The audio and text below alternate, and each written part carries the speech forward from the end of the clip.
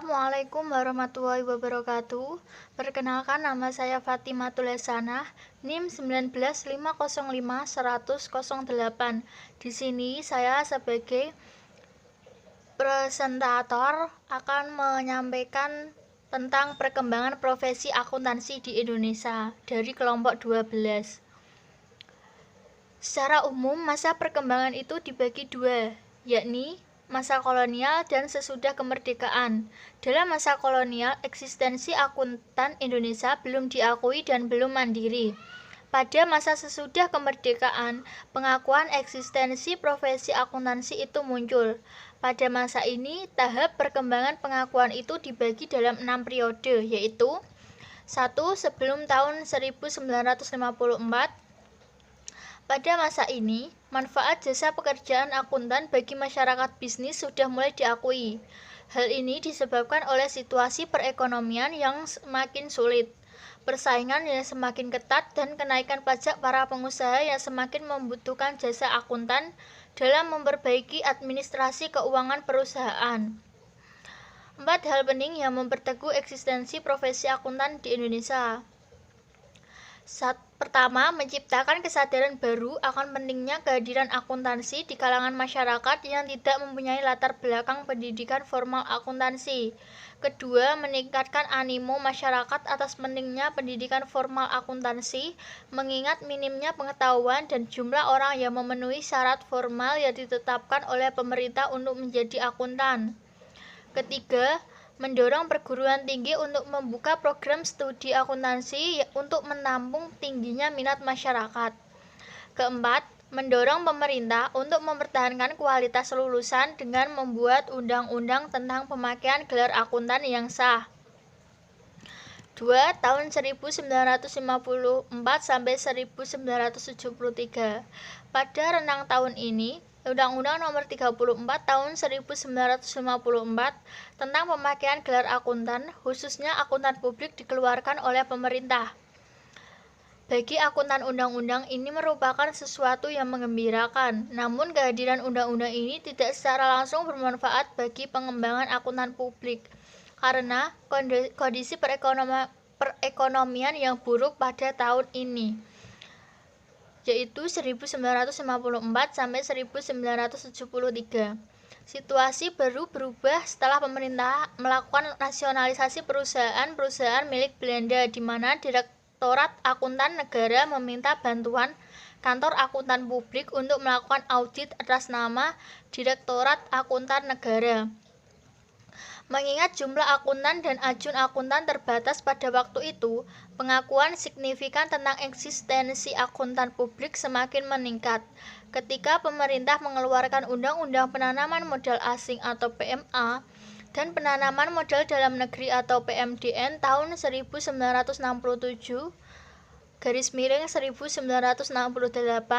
sejak tahun 1970, ladang profesi akuntan publik semakin luas dengan bertumbuhnya kredit-kredit perbankan ke perusahaan. Bank-bank membutuhkan tenaga akuntan untuk membuat laporan keuangan nasabah yang mau menerima kredit secara periodik. 3. Tahun 1973 sampai 1979.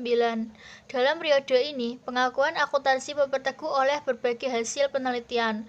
Satu penelitian yang dilakukan oleh M. Sujo berjudul Pengembangan Pengawasan Profesi Akuntan Publik di Indonesia dianggap memberi warna terang bagi kedudukan akuntansi. Hasil penelitian itu dipresentasikan pada Konvensi Nasional Akuntansi di Surabaya tahun 1989.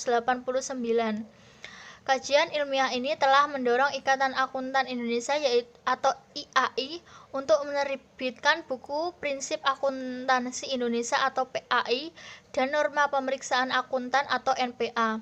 Pada Kongres di Jakarta 30 November sampai 2 Desember 1973. Kehadiran PAI dan NPA sangat berarti bagi profesi akuntansi, karena keduanya menyediakan norma bagi akuntan di Indonesia. Dalam konvensi di Surabaya, Kode Etik Akuntan Indonesia juga disahkan. Pengesahan ini sekaligus meneguhkan kedudukan akuntansi sebagai profesi. Pada 1 Mei 1978, Seksi Akuntan Publik Ikatan Akuntan Indonesia atau IAI-SAP dibentuk. Fungsinya adalah semakin mengaktifkan penugasan dengan menambah dua seksi, yakni Seksi Akuntan Manajemen dan Seksi Akuntan Pendidikan. Dasar legal penegu lain adalah Instruksi Presiden Nomor 6 Tahun 1979 dan Keputusan Menteri Keuangan Nomor 108 atau 1979 yang menekankan keabsahan laporan keuangan yang didasarkan pada hasil Kantor Pemeriksaan Akuntan Publik atau KAP dan PAI. 4 tahun 1979 sampai 1983. Pada periode ini pengalaman pahit menimpa akuntan Indonesia. Sejumlah akuntan publik melakukan curangan yang sangat merugikan negara dalam penerimaan pajak, yaitu dengan cara bekerja sama dengan pihak manajemen perusahaan untuk melakukan penggelapan pajak. Dalam hal ini, ada akuntan publik tidak memeriksa laporan keuangan yang diserahkan oleh perusahaan, dan ada juga akuntan yang memberi opini tanpa disertai dengan bukti laporan keuangan. Kelima, tahun 1983 sampai 1989. Periode kelima merupakan momen konsolidasi bagi akuntan, termasuk akuntan publik di Indonesia. Dalam periode ini diadakan penyempurnaan atas PAI 1973 dan NPA pada tahun 1985.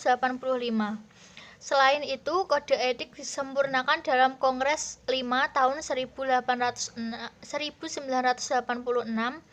Pada periode ini juga perlindungan terhadap masyarakat pemakai jasa akuntan publik mendapat jaminan dari pemerintah yang dinyatakan dalam Keputusan Menteri Keuangan Nomor 733-KMK.001-1986 tentang akuntan publik.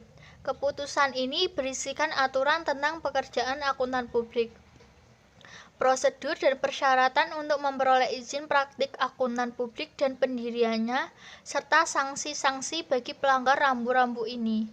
Tahun 1987, akuntan publik mendapatkan tempat terhormat dan strategis dari pemerintah melalui Surat Keputusan Menteri Keuangan Republik Indonesia Nomor 859-KMK.01-1987 tentang emisi efek melalui bursa.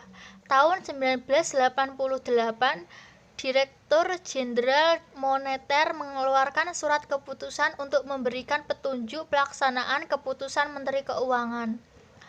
Dalam keputusan ini dinyatakan secara jelas 5 tujuan pembinaan, yakni 1. Membantu pengembangan profesi akuntan publik di Indonesia. 2. Memberikan masukan kepada IAI atau Seksi Akuntan Publik mengenai liputan yang dikehendaki Departemen Keuangan dalam program pendidikan. 3. Melaksanakan penataran bersama IAI atau IAI Seksi Akuntan Publik mengenai hal-hal yang dianggap perlu diketahui publik. 4. Mengusahakan agar KAP asing yang diperbantukan di Indonesia memberi penataran bagi KAP lainnya melalui IAI atau IAI Seksi Akuntan Publik dan membantu pelaksanaannya. 5. Memantau laporan berkala kegiatan tahunan KAP. Selanjutnya ke-6, tahun 1990 sampai sekarang. Pada periode ini, perkembangan akuntan publik terus meningkat seiring dengan perkembangan dunia usaha dan pasar modal di Indonesia. Di sini pemerintah semakin mengakui keberadaan profesi akuntan. Adanya legitimasi, pemerintah semakin meningkatkan kesadaran masyarakat untuk memanfaatkan jasa akuntan publik.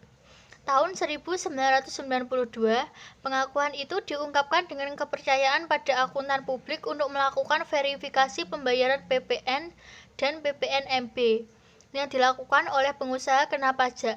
Pemerintah juga mengatur syarat registrasi akuntan negara melalui Peraturan Menteri Keuangan Republik Indonesia nomor 25/PMK.01/2014 tentang akuntan beregister negara. Di dalam peraturan menteri ini pula diatur pendidikan profesi akuntansi dan ujian sertifikasi akuntan. Sekian presentasi yang dapat saya sampaikan. Terima kasih. Wassalamualaikum warahmatullahi wabarakatuh.